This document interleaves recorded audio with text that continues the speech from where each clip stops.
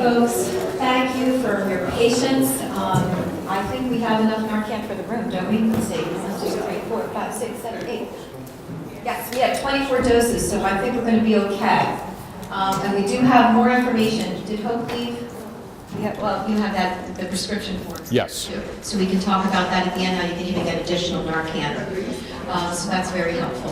All right, I am so grateful for this next man to be here. He has been my IT guy for the day, even though he didn't know he was going to be. So let's all please welcome from the Council of Southeast PA, David Fialco. Hi, my name is Dave Fialco. I represent the Council of Southeast Pennsylvania Incorporated. We're a nonprofit agency located in Doylestown, Pennsylvania, and we are recovery support services. You can check out our website at councilsepa.org if you have any other questions about what we do. We are rather pressed for time. Usually this is kind of a longer Narcan training. This runs about an hour, but we're going to squeeze it into about a half an hour. So we're going to go pretty fast. All right. The reason why it is a longer than average training is because to understand, in order to provide somebody with Narcan in an emergency situation, you have to understand what's going on physiologically. This is a medical response to a medical emergency. It is simple, but it's not as simple as just using an auto injector to stick in a leg or spray up a nose with a Narcan nasal spray administration. So what I hope to give to you today is a little better understanding of what exactly is going on. Not everybody here is probably aware of what opioids are as far as the realm of where opioids fall. So what I'd like to do is just go over a quick review of what opioids are. Most of them come from the poppy plant. The poppy plant is harvested in nature. It's before it flowers, it's sliced with a sharp knife or a razor blade, and this resinous material oozes out of it. That's scraped off, put on a substrate that becomes opium. All right, opium has been utilized medicinally, recreationally for thousands of years, and throughout history we have a bell curve of discovering the pharmaceutical qualities of it, and then we discover the abuse potential for it, and things get bad in society. It's abused, cost society a great cost. We then implement changes, we fix things, things get better, and around 40 or 50, 60 years later, we repeat. And so throughout history, we have this bell curve of our public health issues associated with opioids. Opium is really where it starts. Opium is then synthesized it's cooked down with alcohol and water into what's called acetylmorphine. And acetylmorphine is a little more powerful than just the raw opium. Every time you synthesize it, you would kind of extract the quality ingredients of it to solicit the analgesic effect as well as that euphoric effect. After morphine is then cooked down and it's utilized molecularly almost identical to codeine. And codeine is a big problem amongst our youth, amongst our population. Codeine is what we all know as one of the ingredients in cough syrup with promethazine and codeine. And promethazine with cough syrup with promethazine and codeine is the main ingredient in what's called lean syrup, purple drank. It is a party substance where a lot of adolescents, young adults, as well as adults alike, consume this with, they mix a half a bottle or a full bottle of cough syrup with promethazine and codeine with Sprite or 7-Up, a Jolly Rancher, and a styrofoam cup. This is popular in music culture.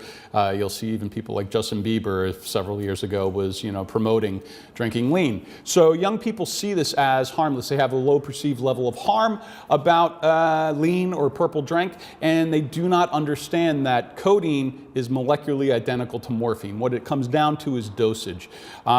If I got a bad cold and I went to a doctor and I got a bottle of codeine, cough syrup with promethazine with codeine, it instructs me to take a teaspoon every 4 to 6 hours. That teaspoon is enough to put a 175-pound male to sleep and to subdue the cough for overnight. It's that powerful. In that teaspoon, only about a quarter of that teaspoon is actually codeine. So again, this is very potent central nervous system depressant. It's a very powerful analgesic, and it does provide a euphoric effect. So can you imagine what a young person or an adult who is abusing the substance would feel if they drank the entire bottle? in one sitting.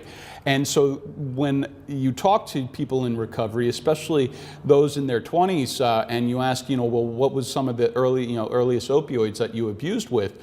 Quite often, lean or purple drank is one of those, and they were not aware of what they were actually consuming. They had a low perceived level of harm of it because it was just cough syrup given us by doctors. It's called iatrogenic dependency formed by caregivers. We're getting better, as the representative and the other speakers said. We now have 7-day limit for 18 and under for any opioid analgesic. There is legislation being passed as we speak, hopefully it passes, that will also limit that 7 days to adults. And the idea is that it will limit the identification of, wow, this drug not only does away with my pain, but it also makes me feel good. The representative talked about her broken ankle. When I was in college in the mid-90s, I bit my lip off in a biking accident, and I was provided a bottle of Vicodin. Now, I don't have a history of addiction in my family or myself, but at that point, I did not know what that was. I didn't know what addiction was. I didn't know what opioids were. I took one of those pills to deal with the 100 stitches of sewing a lip back on, and I did not like it. And I put that bottle back in the medicine cabinet, and there it sat until 2 years later when I moved out of that apartment. Guess what wasn't in the medicine cabinet? That bottle. I had no idea. I did not understand that. I didn't think twice about it until I later got into this field, and I was like, oh, that's where that bottle went. Somebody who I had over to my apartment throughout those 2 years of college found those, and they were like, sweet, now that's what I was looking for, thanks. And I didn't notice it. Hopefully nobody was injured due to that bottle. All right, but this is why the take-back programs are so important. They will reduce the possibility of diversion of a very powerful drug that can take a life. Semi-synthetic opioids are just a little more powerful than the natural opioids. All these can kill an opioid-naive person dead. An opioid-naive person means that somebody who doesn't have an opioid tolerance, all right? So if anybody ever breaks a bone and they're given a 30-day script for opiates, probably they should be co-prescribed Narcan because they are at risk of an opioid overdose. Everybody reacts to it differently. Heroin, hydrocodone, OxyContin, Vicodin, yes. So they're all clumped together in a name. So Percocet is the same thing as heroin? Yeah, pretty much. Molecularly, they're very, very similar. The only difference as far as how they affect you is the dosage. The brain cannot really differentiate between heroin and Percocet.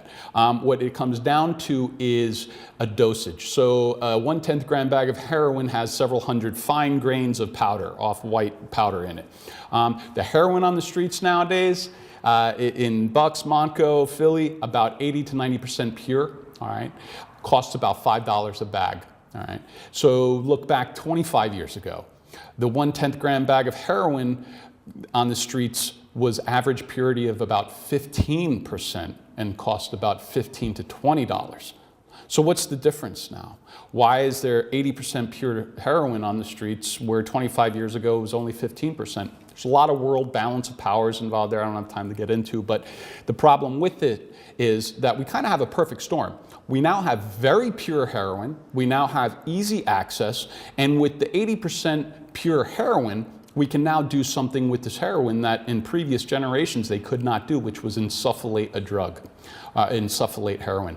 If you tried to insufflate, or snort 15% pure heroin, you only have about 60% bioavailability in your mucosal membrane, so you would only end up with about 7 to 8% of that drug, all right? And that was viewed as wasting money. And it wouldn't really result in a tremendous high either because of all the adulterants that it was stepped on or mixed with or cut with would block that absorption and affect the overall euphoric effect. So there weren't a lot of people snorting heroin. New users were not snorting heroin 25 years ago. Get high on heroin 25 years ago, the majority of people were IV drug using. And with that has a high perceived level of harm. So young people who were experimenting with cannabis, alcohol, possibly cocaine, they cut the line at insufflation of cocaine. That's where they drew the line. They were not willing to stick a needle in their arm. So we did not see the number of new users coming on board. We also didn't have the readily access to prescription opioid analgesics. All right, so it's kind of a perfect storm right now that we're all trying to really work towards fixing. So Percocet, it's a 5 milligram opioid medication pill, whether it's Percocet, OxyContin, or Vicodin. That only has probably the equivalent of about 1/10 of that 1/10 gram bag of heroin. So what happens is once a person's prescription runs out and they no longer get it for free or covered under their plan, now they have to pay $1 a milligram for their pharmaceutical medication in pill form. The costs rise quite readily up to $60, $80, $100 a day. And they discover that a $5 heroin bag insufflated will do the same thing as your $75 of prescription medication, and they've already been crushing the pills and snorting the pills, so what's the difference between snorting one product and the other? And it's going to save me $70 a day until your tolerance rises, and then you eventually discover that, oh, snorting wastes some money because I'm wasting 40% of that drug. I move to IV drug use, which provides 100% of that drug, and it also provides what's called a rush or another euphoric effect associated with that. And most people, when they go intravenous drug use, they do not return to insufflation or snorting. So now we move to fully synthetic opioids, which are fentanyl. The gentleman who spoke did a very good job describing the potency of those.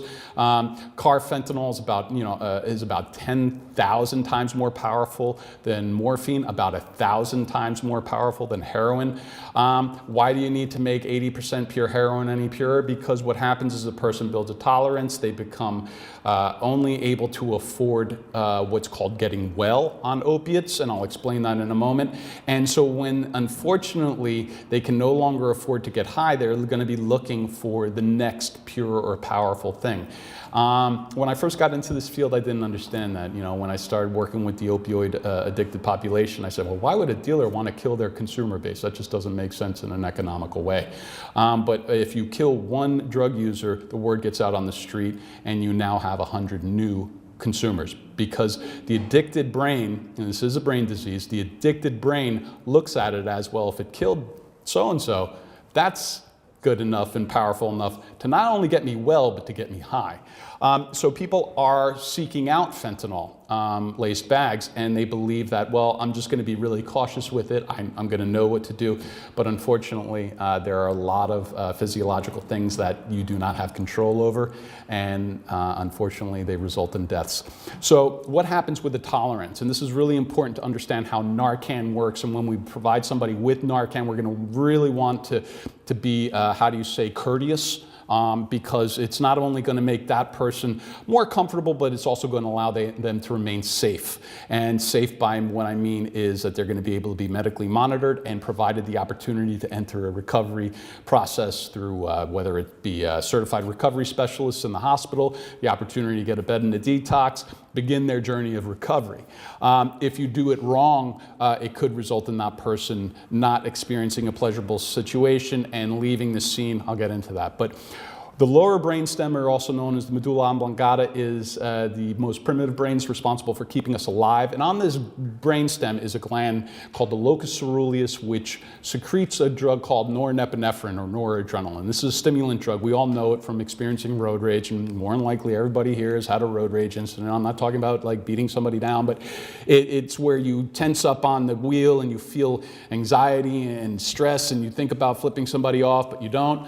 And it lasts about 30 seconds, and then it's gone. And then you're like, oh yeah, hey, Boston's on the radio, great. And you feel normal again. It's this drug that is a stimulant. It's a fight or flight reflex. And it's there to get you out of what the brain perceives as harm. So it gives you a little bit of stimulant so that you can, it goes back to our hunter-gatherer days, run away from the bear or the lion or whatever. And it's there, but it's gone. Fast acting. All right, norepinephrine, noradrenaline. This is going to come into really important play when we're providing Narcan to somebody, all right? Now, there's another drug called endogenous opioids, and these opioids are drugs that we get. It's a neurotransmitter when we have maternal bonding, love, various other things. Oxytocin is one of these endogenous opioids. And there are also very minuscule doses that are fast-acting, short-acting, and only last a few seconds. Why do we rub the belly of a smelly canine that's been rolling around in a dead squirrel carcass in the backyard? Why do we enjoy that? Because of endogenous opioids. We rub their belly, we get a little bit of oxytocin, they get a little bit of oxytocin, it's a reward. Maternal bonding is when the infant is placed on the mother's chest, all right, and they peel back the swaddle and they peel back the gown. Right there and then, the mother and the infant both get oxytocin, a feel-good drug. The infant and the mother are actually getting high naturally. We are actually getting high naturally when we rub the belly of a smelly dog. Why? Because we are all drug-seeking individuals. The people who are not in an active addiction from a drug coming from the outside source are depending on those natural, short-acting, balanced drugs, all right? So naturally, just little blips on the radar. These two things never go more than a blip. When somebody consumes an opioid pain medication, heroin, opium, whatever is codeine, lean, it doesn't matter what it is. What happens is now you all of a sudden have about 100 to 1,000 times more the level of opiates in your synapse or your system than ever is supposed to be there naturally. And this is a central nervous system depressant which lowers respiratory rate. And so when your respiratory rate lowers or slows to what's called an unnatural rate of 8 to 12 breaths per minute, then your body goes into fight or flight mode and it recognizes, oh, hey, I'm at risk here. I'm going to create an unnatural amount of norepinephrine or noradrenaline to match that opiate. And that's why somebody who gets high on opiates for the first time feels great for 2 or 3 hours and then they come down. Because what happens is opioids last in the human body about 4 to 6 hours. All right. You can be drug tested for 3 to 4 to 5 days afterwards, but they're only active effect for about 3 to 4 hours. That person for the first time takes an opiate, boom, unnatural amount, body recognizes heart rate, respiratory system is slow, provides a stimulant, boom. Within about 30 minutes to an hour, this begins to rise. After about 2 hours, it matches it. That's where that person's high begins to wear off. Now over the next 2 hours, that person's opiate level and norepinephrine level both return to baseline. And now that first-time user goes about their night, they go home, they feel fine, they pass the hug test from a mom and dad, they don't have a hangover because it was an opiate, because it doesn't work the same way as an alcohol. And they more than likely either A, enjoyed it, or B, didn't enjoy it. If they enjoyed it, more than likely they're going to do it again because the brain enjoys getting high. That's why we do everything we do. That's why we play racquetball or soccer or golf or whatever you do for your passion or your hobbies, is because you're constantly seeking natural endorphins. Now, with opiates, if that person uses it again, now they're going to do it and the body is going to go, oh, hey, I know that, boom, noradrenaline, because it already sees it coming. Now that person needs to take an extra pill to get the same way they felt the week before. And that's a constant. Every time you use it, you need a little more to feel the same way you did before, all right? And when you become daily user of this substance, which happens fairly rapidly, within a couple months, most people who enjoy that opioid response and they are seeking it out are going to go to daily use within several months, within a couple months. Now that person is using these every 6 to 8 hours a day, and their opioid levels continue to build.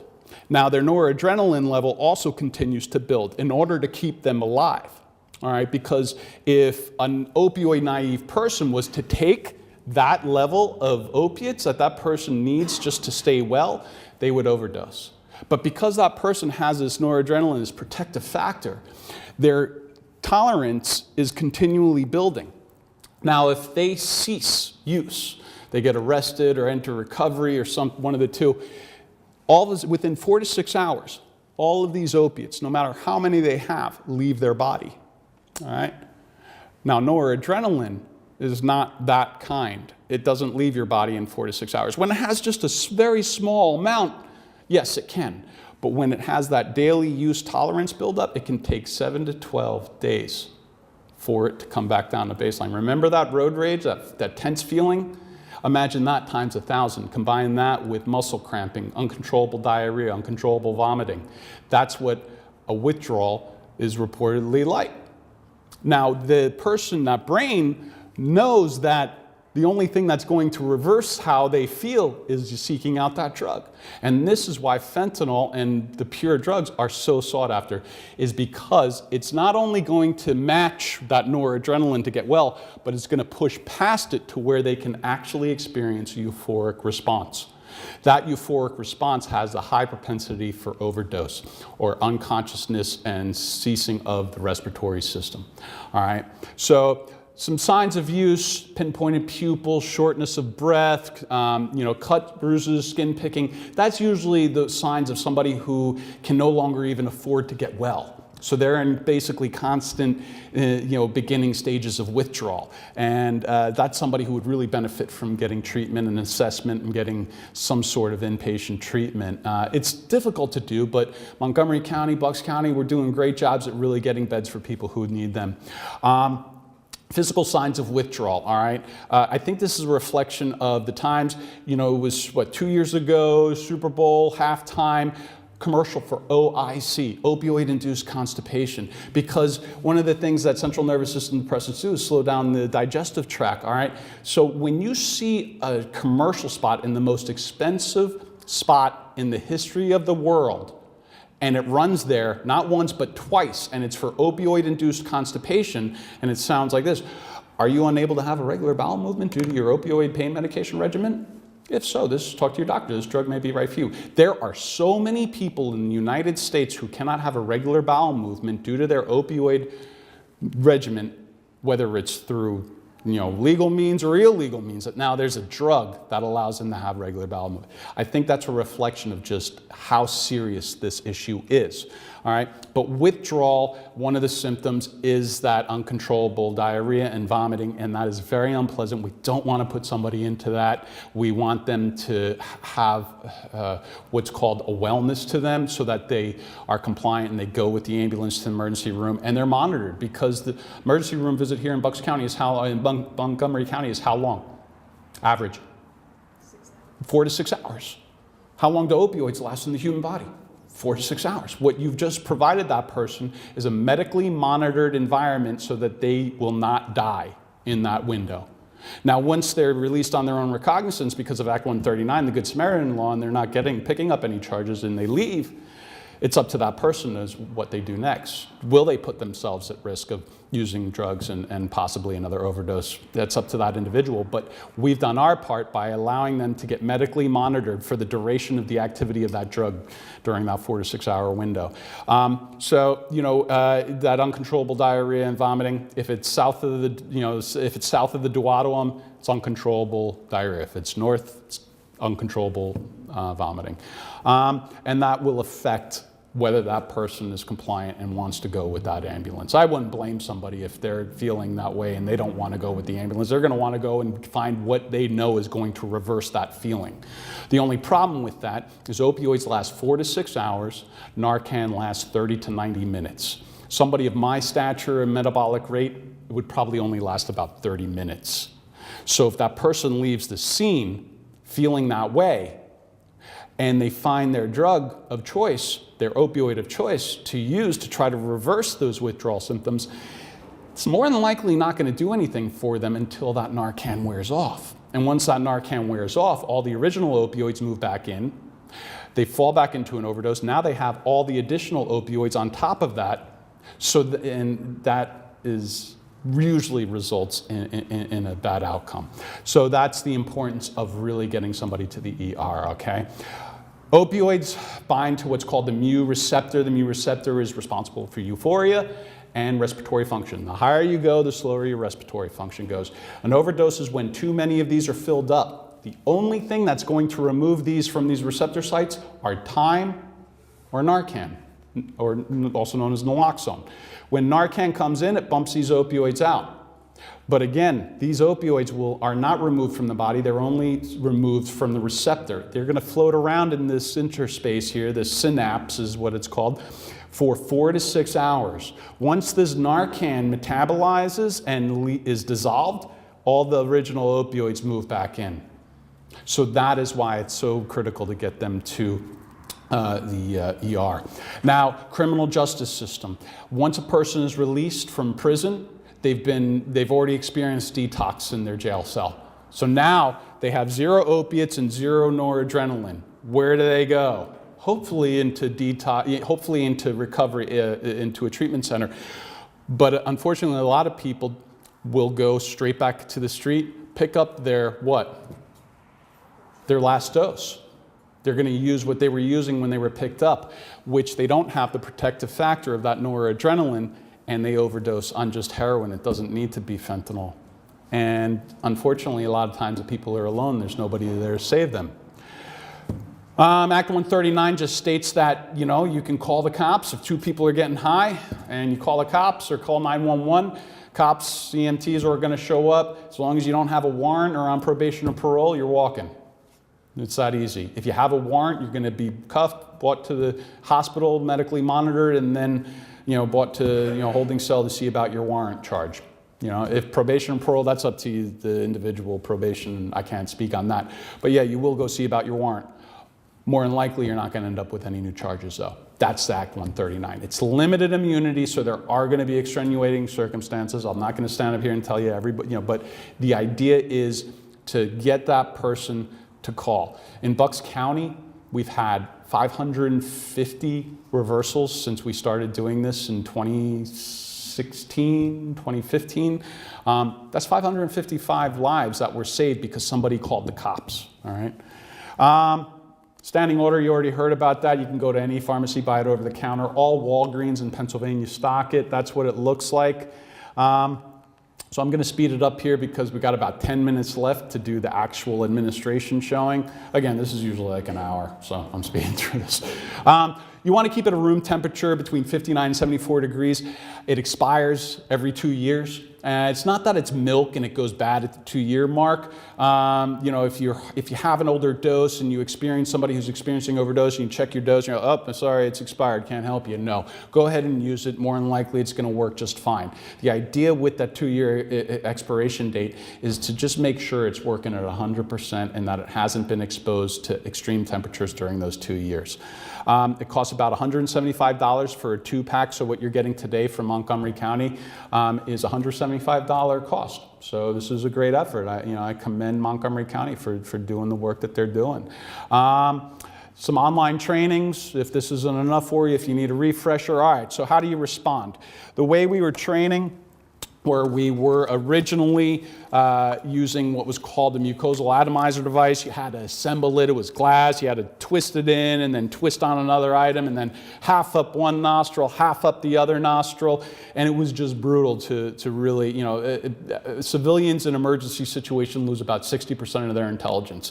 And that's not insulting. It's just fact. When I was in the military, that was one thing we were trained to, how to respond to emergency situations. And when you first started doing it, you felt dumb because you're scared, you're freaked out. So remember, scared. First thing you want to do is stimulate, which means check the person. Are they unconscious or are they asleep? Call their name. If they don't respond their name or sir or ma'am, give them a soft shoulder shake. If they don't respond to that soft shoulder shake, you call 911 and let them know that you have somebody who's unresponsive to stimuli. All right. There's this thing called sternum rub, knuckles in the sternum.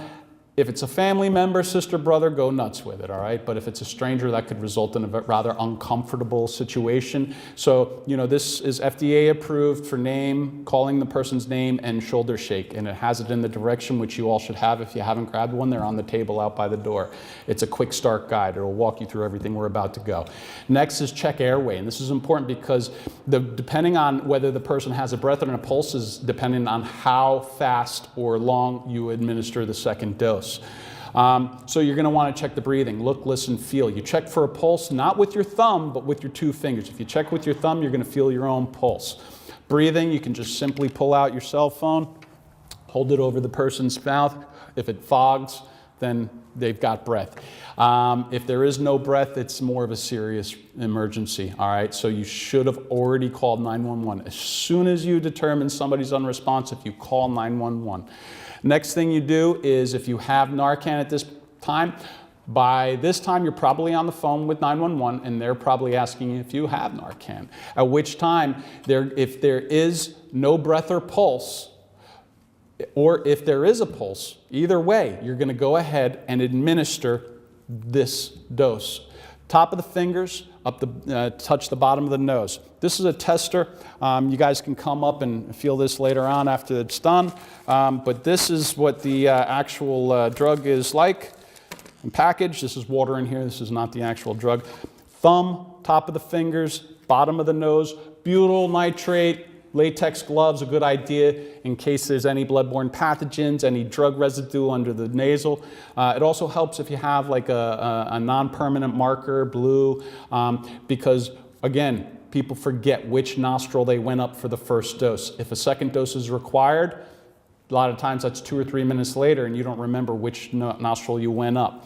All right, so again, thumb,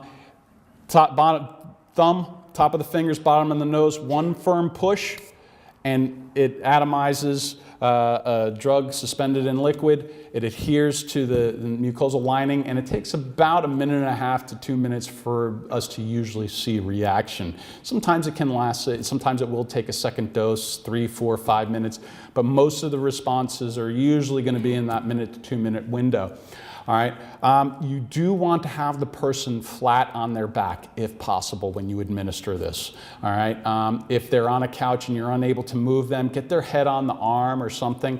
You know, be aware not to impede the trachea, but ideally the head should be horizontal to the ground so that the drug adheres to the mucosal lining. This is the quick start guide that I ask you to grab before you leave if you haven't already grabbed it. Again, we're going to run through it real quick. Ask the person if he is okay. If there's no response, gently shake the shoulders or give a sternum rub. You don't need to do the sternum rub if it's a stranger or somebody who might not respond well to that. You check for signs of overdose. Will not wake up. Breathing is very slow, irregular. As soon as you determine that person's unresponsive, call 911, okay? Emergency services here in Montgomery do a tremendous job. Bucks County as well, tremendous response time, usually within that like 5-minute window, maybe as much as like 7, but they are good, they're fast. And usually what we see is the police are on scene first because there are so many cars out there and they all are carrying Narcan. And they are very well trained and they are very engaged in saving lives. So call for 911. Once you determine that the person is unresponsive, again, you're going to want their head flat on the back to administer it. Once you administer it, you're going to want to get them into rescue position, what you see here, preferably on the left-hand side. If you can only get them on the right-hand side, that's okay, but preferably left-hand, because if you get them on the right-hand side, it can impede the evacuation of the blood from the heart. So we want to have this as good as possible chance of this person surviving. Now next, remove the Narcan nasal spray. Remember, this is where we're at. We have determined the person is unresponsive. Let's say they have no breath, no pulse. You've called 911. 911 asks if you have Narcan. They instruct you to go ahead and do Narcan. You remove it from the blister pack. Nostril of your choice. Person should be flat on their back. Top of the fingers. Bottom of the nose, preferably butyl nitrate glove to protect yourself. One firm push administers it. You now start the countdown. You wait 2 to 3 minutes. 2 to 3 minutes is pretty gray. If they don't have a breath or a pulse, go with the 2 minutes. If they have a breath or a pulse, go with the 3 minutes. And the reason being is, remember, this is a balancing act, okay? The opioid is causing the overdose, if it is in fact an overdose. And where do you want to bring this opioid level down? Do you want to remove all of them? No, that would be cruel and it would result in a very high-risk situation for the victim in the situation, because when they come to, they're going to run, they're going to leave the scene. What we want to do, where do we want to bring it? We want to bring it down to where it matches, because that will allow the person to still be partially sedated They're not going to be in full withdrawal, and they're going to be more compliant and more willing to go to with the ambulance to the emergency room. All right. So if they don't have a breath or a pulse, what that means is that they have a tremendous amount of opiates in there. You wait the 2 minutes because every minute is vital. As you heard the one speaker say, you know, cellular death starts to occur around 6 or 7 minutes. All right. So wait that 2 minutes. If there's no response during that time, if no breath occurs or they don't regain consciousness, give them a second dose up the opposite nostril of which you gave. And that's where just putting a little blue dot with a non-permanent marker, okay, can reassure that you're not redosing up that same nostril. Unfortunately, sometimes persons who insufflate drugs will have a sacrificial nostril, which builds up scar tissue. So that's why we encourage opposite nostril, so in case there's an occlusion or scar tissue. And there's also that bioavailability, that mucosal membrane can only absorb so much so often. So if they do have a breath or a pulse, go with the 3 minutes because it's less of an emergency. It's still a drastic emergency, but at least they're breathing, all right? And you have to give this time to work. If you only wait 2 minutes for somebody who has a breath and a pulse, you might give them a second dose, and then 10 seconds later they wake up. Guess what's still not chipping away at the opiates? That second dose. Now that person continues to get sicker and sicker while they're alert.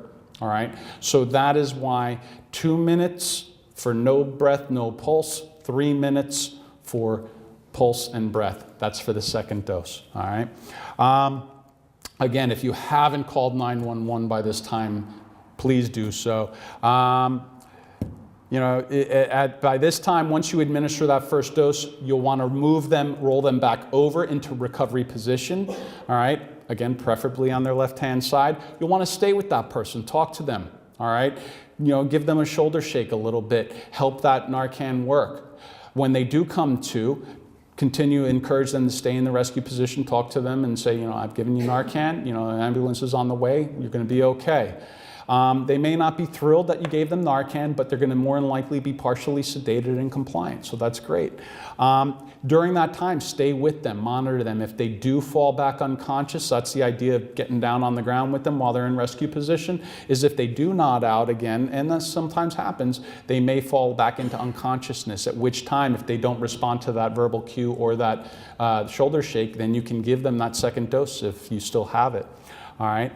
When EMS arrive or police arrive, make sure you notify them of the number of doses and product that you provided them.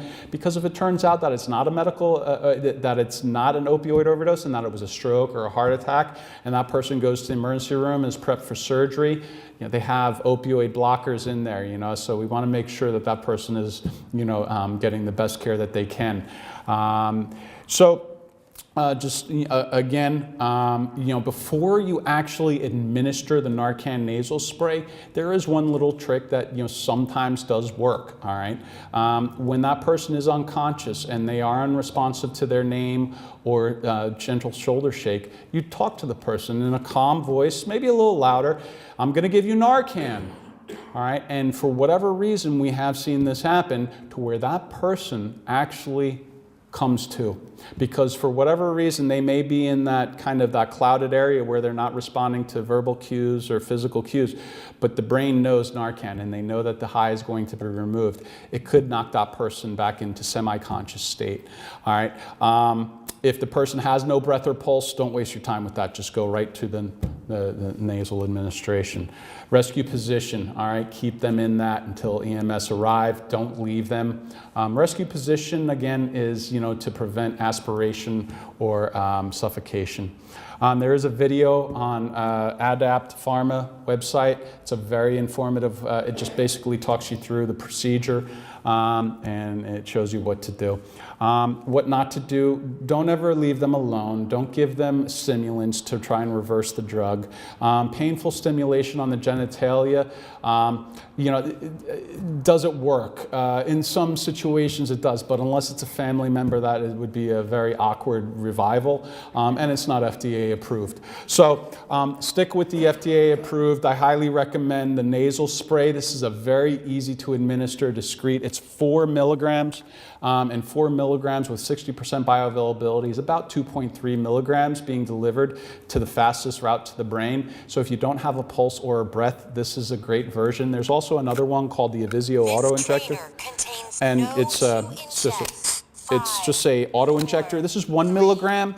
Intramuscular administration is a very effective way. There are a lot of studies that show that it's just as good, if not better, but it is 1 milligram, and you do really kind of need that blood, that pulse and breath, to utilize the intramuscular. Both are great life-saving tools. I just prefer the spray. I'm not an MD, I'm not a doctor. This is just the research that I've done. I encourage you to read what's right for you. Again, get drug take back. Find out where your local drop box is and get rid of those drugs if you don't need them. We don't really have time for questions, although I will hang around as they're providing you with the Narcan. Thank you for your time, and I wish you all well. Thank you very much.